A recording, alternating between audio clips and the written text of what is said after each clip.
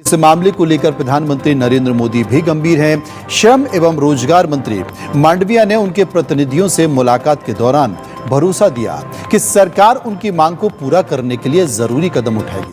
नमस्कार दोस्तों, स्वागत है आप सभी को हमारे YouTube चैनल में। आपको EPS 95 पेंशन के बारे में जानकारी देने जा रहे हैं, जो अभी 10 मिनट पहले की खबर निकलकर सामने आ रही। सरकार ने दिया बहुत बड़ा तोहफा, EPS 95 पेंशन धारक होंगे माला माल। तो जी हाँ दोस्तों, बताया जा रहा है कि 20 मिनट पहले की खबर में ताजा खबर आ रही है कि EPS 95 पेंशन धारकों के लिए सरकार एक बहुत बड़ा प्लान बनाया, जो अभी EPS 95 पेंशन धारकों को इसका काफी फायदा मिलने वाला है।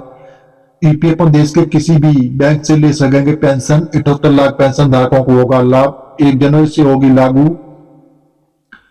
तो जी हाँ दोस्तों, जो भविष्य निधि EPS 95 के पेंशन धारक है, कर्मचारी भविष्य निधि की पेंशन योजना के दायरे में आने वाले लाखों पेंशन धारकों को सरकार ने सौगात दी। अब पेंशन धारक किसी भी बैंक या उसके ब्रांच से पेंशन भी ले सकेंगे, 1 जनवरी से लागू हो जाएगा। केंद्रीय श्रम मंत्री मनसुख मांडविया ने इसकी जानकारी दी। उन्होंने कहा कि ये पहले लंबे समय से चली आ रही पेंशन धारकों की समस्याओं का समाधान करेगी।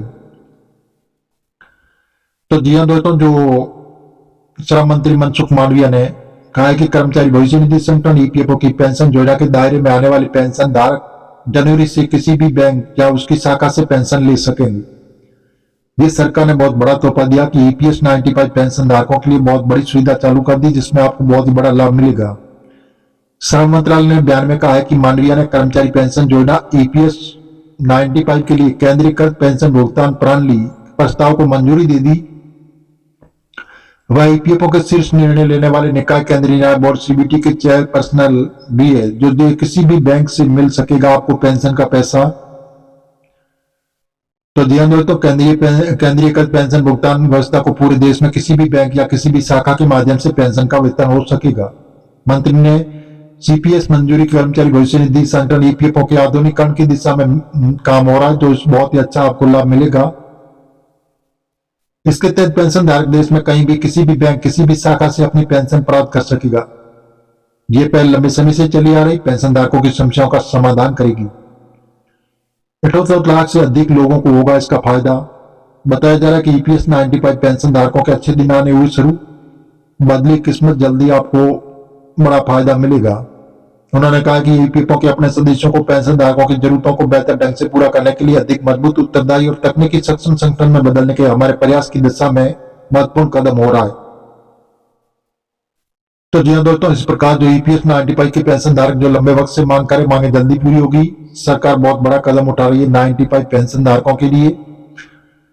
बताया जा रहा है कि पहले आप अपने अकाउंट से केवल 50,000 रुपये ही निकाल सकते थे, लेकिन सरकार ने इसको बढ़ाकर डबल कर दिया। अब 1 लाख रुपए कर दिया गया है, जो आप किसी भी इमरजेंसी में अपने अकाउंट से 1 लाख रुपए की एक साथ निकासी कर सकते हैं।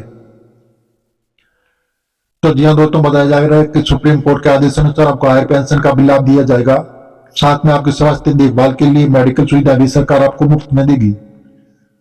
और जी हाँ दोस्तों, बताया जा रहा है कि कई लंबे वक्त से जो मांग भी करें EPS 95 पेंशन धारक पेंशन को बढ़ाया जाए, लेकिन आपको मिनिमम पेंशन राशि जो 1,000 रुपये मिल रही है, सरकार उसको बढ़ाकर 9 गुना करने की तैयारी। अगर 9 गुना बढ़ाई जाएगी तो आपको 1,000 रुपये की जगह 9,000 रुपये पेंशन के तौर पर मिलेंगे। तो जी हाँ दोस्तों, और भी आपको ब्याज दर जो पहले 8.15% की दर से ब्याज मिल रहा था, सरकार ने उसको बढ़ाकर 8.25% कर दिया। तो इसमें आपकी पेंशन में एक बहुत बड़ा इजाफा होगा। तो जी हाँ दोस्तों, और भी बताया जा रहा है कि EPS 95 पेंशन धारक जो है उनको बहुत ही बड़ी खुशखबरी आने वाली है। तो जी हाँ दोस्तों, बताया जा रहा है जो वंचित लोग हैं उनको योजना में जोड़ा जाएगा और उनको भी 5,000 रुपये प्रत्येक माह पेंशन दी जाएगी। तो जी हाँ दोस्तों, और जो आपकी पेंशन लिमिट जो 15,000 रुपये थी उसको बढ़ाकर सरकार ने 21,000 रुपये कर दिया, जिसमें आपकी पेंशन में बढ़ोतरी होगी। इस प्रणाली से EPFO के 78 लाख से अधिक EPS 95 पेंशन धारकों को लाभ होने की उम्मीद है। तो जी हाँ दोस्तों, केंद्रीकृत जैसे प्रणाली पेंशन भुगतान आदेश PPO को एक कार्यालय से दूसरे कार्यालय में स्थानांतरित करने की आवश्यकता के बिना पूरे देश में पेंशन का निर्बाध वितरण सुनिश्चित करेगी। उन पेंशन धारकों के लिए बड़ी राहत होगी जो सेवानिवृत्त के बाद अपने घर नगर चले जाते हैं। तो सुविधा 1 जनवरी 2025 से EPFO की चल रही सूचना प्रौद्योगिकी के आधुनिकीकरण की परियोजना केंद्रीकृत IT की युक्त प्रणाली के हिस्से के रूप में शुरू की जाएगी। तो जी हाँ दोस्तों, और भी बताया जा रहा है कि अगले चरण में CPS आधार आधारित भुगतान प्रणाली एक सुचारू रूप परिवर्तन लाएगी। मंत्रालय के बयान में कहा गया है कि नई प्रणाली मौजूदा पेंशन वितरण प्रक्रिया में महत्वपूर्ण बदलाव होगा, जिसके तहत ईपीएफओ के प्रत्येक क्षेत्रीय कार्यालय केवल 3-4 बैंकों के साथ अलग अलग समझौते करने पड़ते थे। इसमें कहा गया कि अब पेंशन भोगियों की पेंशन शुरू होने के समय सत्यापन के लिए बैंक शाखा जाने की कोई जरूरत नहीं होगी और भुगतान जारी होने पर तुरंत जमा कर दिया जाएगा। इसके साथ ही ईपीएफओ को उम्मीद है कि नई प्रणाली से पेंशन वितरण लागत में बहुत महत्वपूर्ण कमी आएगी। तो जी हाँ दोस्तों, इस प्रकार जो ईपीएस 95 के पेंशन धारक है उनके लिए बहुत बड़ी खुशखबरी आ रही है कि अब दीपावली के त्योहार पर ईपीएस 95 पेंशन धारकों को सरकार एक बहुत ही बड़ा तोहफा देने की तैयारी करी, जो आने वाले दिन में इनको लागू कर दिया जाएगा। बहुत ही अच्छा इनका लाभ मिलेगा आपको। जैसे सैलरी जाने रिटायरमेंट तक ईपीएफ खाते में कितने रुपए जमा हो जाएंगे। अगर किसी कर्मचारी का पैसा तत्काल जरूरत पड़ जाती है तो अपने ईपीएफ खाते से पैसे निकाल सकता है।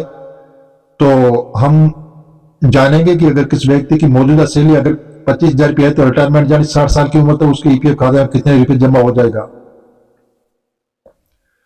श्रम मंत्रालय के अधीन काम करने वाली संस्था ईपीएफओ के देश के संगठित क्षेत्र में जो काम करने वाले कर्मचारियों को कई तरह की सुविधाएं प्रदान करता है। तो जी हाँ दोस्तों, इस प्रकार जो ईपीएस 95 पेंशन धारकों के लिए सरकार दीपावली पर बहुत बड़ी बड़ी सुविधाएं लागू करने जा रही है, जो आपको बहुत ही बड़ा लाभ होने वाला है। कई लंबे वक्त की जो मांगे आपकी पूरी होगी। ईपीएफओ के अधीन आने वाले कर्मचारियों को पीएफ खाते में जमा पैसों पर सिर्फ 8.25% का ब्याज मिलता है। उन्हें पेंशन की सुविधा मिलती है। तो जी हाँ दोस्तों, रिटायरमेंट तक मिलने वाला जैसे इतना नहीं, अगर किसी कर्मचारी पैसा तत्काल जरूरत पड़ जाती है वो अपने ईपीएफओ खाते से पैसे निकाल भी सकता है। हम जानेंगे अगर किसी व्यक्ति की मौजूदा सैलरी अगर 25,000 रुपये है, रिटायरमेंट यानी 60 साल की उम्र तक उसके पीपीएफ खाते में कितने रुपए जमा हो जाएगा। तो इसके प्रमुख कारक तय होगा, आपके खाते में कितने रुपए इकट्ठा होंगे। ईपीएफ खाते में जमा होने वाले 3 प्रमुख कारकों पर निर्भर करता है। कर्मचारी की मौजूदा उम्र कितनी है, उसकी सैलरी कितनी और उसकी सैलरी में हर साल कितने प्रतिशत इजाफा हो रहा है। इस बात का खास ध्यान रखें कि आपके ईपीएफ खाते में आपकी बेसिक सैलरी 12% प्रतिशत हिस्सा जाता है। तो जी हाँ दोस्तों, इस प्रकार जो ईपीएस 95 के पेंशन धारक है वो कई लंबे वक्त से जो मांग कर रहे हैं, वो सरकार इस पर बहुत बड़ा कदम उठा रही है, जो आने वाले दिनों में इनको लागू कर दिया जाएगा। और ईपीएस 95 के दायरे को सरकार और मजबूत करना चाहती है, इसके दायरे में और भी लोगों को जोड़ना चाहती है।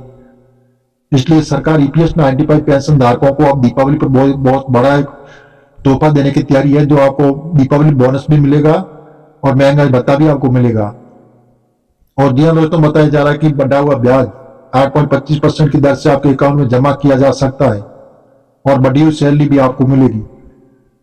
तो जी हाँ दोस्तों, इस प्रकार जो ईपीएस 95 के पेंशन धारक है उनको 1,000 रुपये मिनिमम पेंशन राशि मिल रही है। तो कई लंबे वक्त से वो मांग कर रहे हैं कि पेंशन को बढ़ाया जाए, लेकिन सरकार ने अब बढ़ोतरी करने का फैसला किया है। जल्दी इसमें बढ़ोतरी की जाएगी और बढ़ी हुई पेंशन आपके अकाउंट में जमा होगी। तो जी हाँ दोस्तों, हम जो आपको बता रहे हैं मीडिया आधारित बता रहे हैं, सरकार से अभी हाल फिलहाल ऐसी घोषणा नहीं हुई। आप ऑफिशियल वेबसाइट पर जाकर इनकी जानकारी ले सकते हैं और मिलेंगे नई जानकारी के साथ। नई और पहली बात तो चैनल को सब्सक्राइब कर लीजिए ताकि इसी प्रकार की जो नई जानकारी होगी वो सबसे पहले आपको मिलती रहेगी।